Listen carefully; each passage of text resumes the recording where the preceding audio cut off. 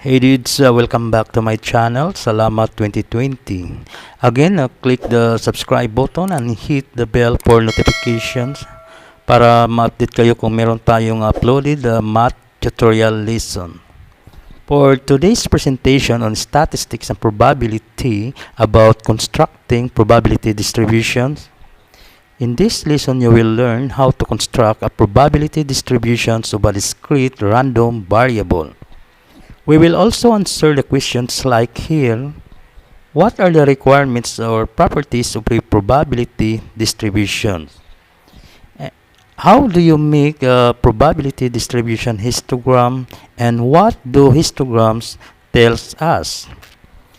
Okay dudes, just keep on watching since these presentations will explain the concept of probability distribution. Let's do our first illustrative example. So, suppose 3 coins are tossed. Let y be the random variable representing the number of tails that occur. Find the probability of each of the values of the random variable y. Since the random variable representing the number of tails that occur, so we have here our steps role in constructing a probability distribution of a discrete random variable. We are talking here a discrete random variable since our example represent countable data or just count data. Mabibilang natin yung possible outcome in our statistical experiment. Okay, ito yung steps natin. Step 1. So, to determine the sample space. So we know each toss of a coin can produce either head or tail. Okay, yan ang ating head. Let's H represent as head, T as tail. Here's our tree diagram in tossing 3 coins, and the sample space we found by doing this experiment. It is shown in our direction starting on the left and moving to the last event on the right. Our first coin may either produce T or H. In combination with the second coin, it may come up with TT, TH, HT, and HH. For the third coin, it is shown in our directions with the third coin. It's also produced T or H. Then it may come up here the sample space. So tanong dito, how many outcomes are there in the sample space in tossing 3 coins? If we toss 3 coins, we have a total of 8 possible outcomes. So, ito na yung ating sample space. So, let's begin with the 3 combinations of TTT. Then the other one is TTH. Then THT. And THH. Then HTT,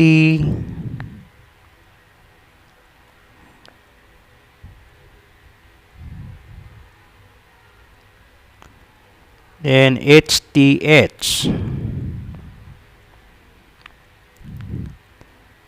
HHT, and the last one is HHH. So this is the statistical experiment of tossing 3 coins. We have a total of 8 possible outcomes. We are asking to find the probability of each of the values of the random variable y. A random variable that is y, representing the number of tails.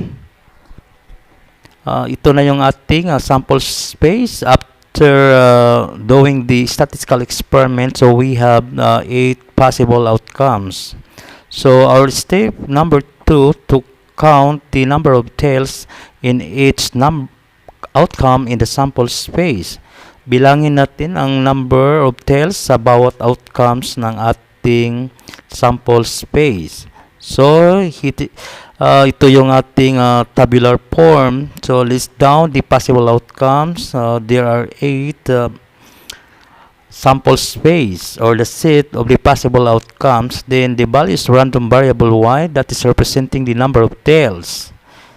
So, let us count the number of tails and in each outcome in the sample space. So, we have here 1, 2, 3. So, there are 3 tails in a second outcome. The 2, the third one is 2. Then we have 2 tails, then 1 tail, 1 tail, then 1 tail, and we don't have any tail in the last outcome, that is 0. Okay, so this is the result from step number 2. So let us proceed for the step number 3. It says assign probability values p of y to its value of the random variable. So we have another tabular form for this step number 3. So the first column number of tails and the other is probability of p of y. So let us find the value of the random variable to representing the number of tails. So first 3 in 2 first 3 times it may write once, though that is 2, then 1 and 0. These are 4 possible values of random variable y representing the number of tails. So these are 0, 1, 2, 3. So let us find the probability of the random variable, that is y. Since y is equal to 0, 1, 2, 3. Then probability of 3 is equal to 1 over 8. Since 3 occur once in our sample space, and there are 8 possible outcomes, that is 1 over 8. Then write the number of tails, it corresponds 1 over 8. Then the probability of 2 is equal to 3 over 8, since it appears 3 times the 2, 1, 2, 3. So 3 as a numerator, and the number of possible outcomes 8. So 2 it corresponds 3 over 8. And the probability of 1 is equal to 3 over 8. So it occurs 3 times in our sample space. So and the denominator is possible at 8. Then it corresponds at 3 over 8. Then probability of 0 is equal to 1 over 8. Since the random variable 0, it occurs once. And we may assign this probability of y, that is 0. Probability of 0 is 1 over 8. And this table represents as the probability distributions, or what we call this a probability mass functions of discrete random variable. Okay, ito na yung ating probability distribution, or what we call this a probability mass functions of discrete random variable y. It consists the values of random variable. So ito yung example natin, that is represented the number of tails random variable y. Those are 1, 2, 3, and with its corresponding probabilities of values, the p of y 1 over 8, 3 over 8, 3 over 8, and 1 over 8. We can make a tabular form into horizontally pattern just like this. The number of tails represented by y and its corresponding probability p of y.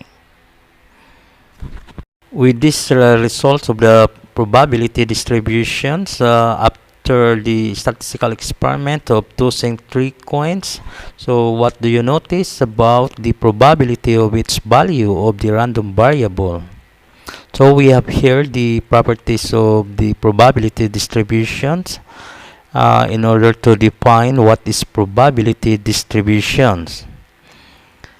So in our statistical experiment of tossing 3 coins, the probabilities we arrive is 1 over 8, 3 over 8, 3 over 8, and 1 over 8.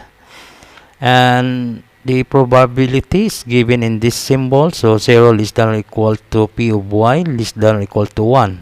but our probability is between 0 and 1.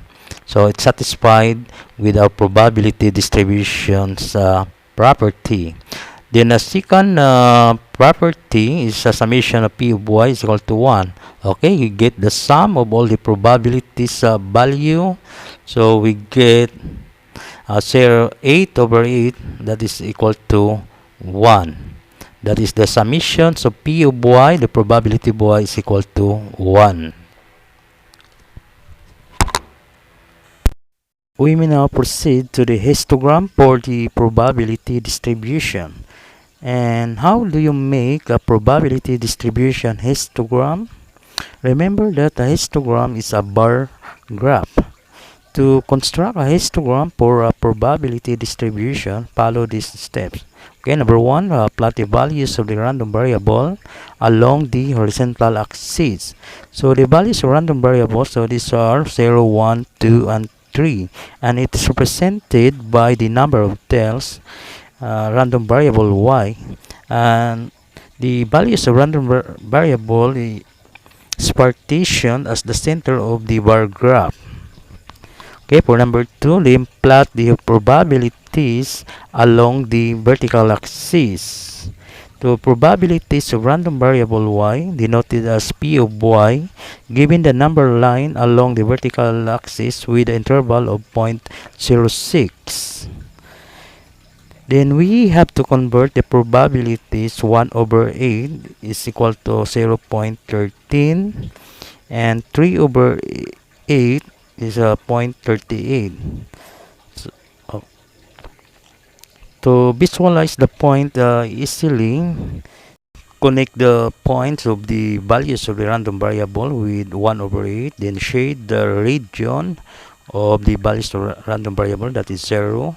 And for the values of random variable 1, connect with 3 over 8 is equal to 0.38, then shade the region for the values of random variable, that is 1. And for number 2, and connect with 3 over 8 also, since it approaches 3 times. Then last, for the random variable 3, it's connected with 1 over 8. Okay, so that would be our histogram for the probability distribution. So what's the importance of using this histogram? Histogram, it provides a visual interpretation. In our histogram, it shows a bimodal shape. It has 2 peaks. Ibig sabihin, mostly occurs in our number of tails, the value of random variable 1 and 2. For example number 2, so we have to determine whether the distribution represents a probability distribution. We are using a random variable x here. These are the values 1, 5, 7, 8, 9 with its corresponding probability. And let us recall the properties of the probability distributions. Okay, number 1, that is 0 less than or equal to p of x is less than or equal to 1. It says the probability of each value of the random variable are all set to 1/3. And this value of the random variable is between 0 and 1. It is satisfied with this property.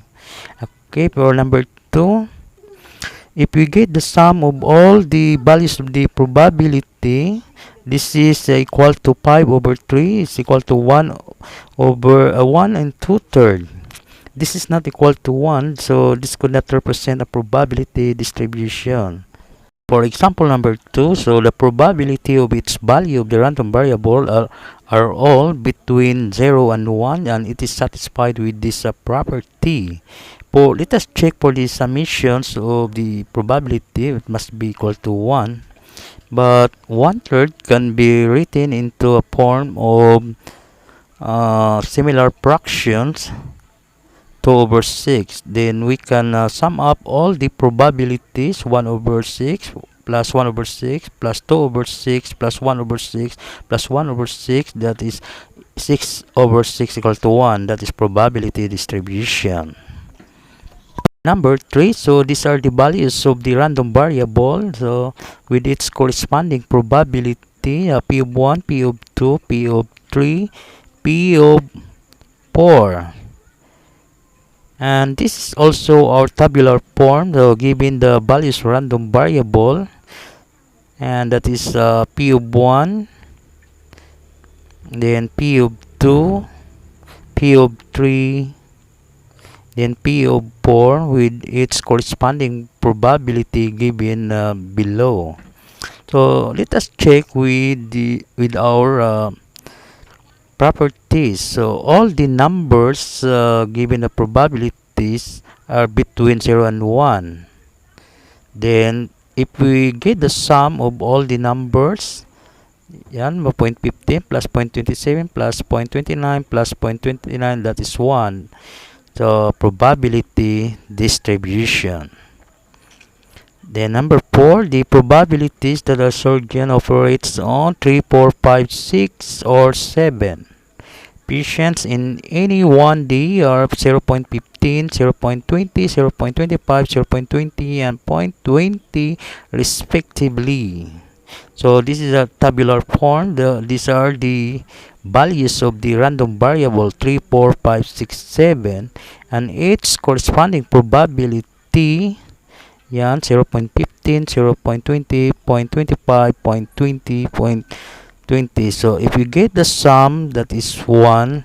So it satisfies or represent the probability distribution.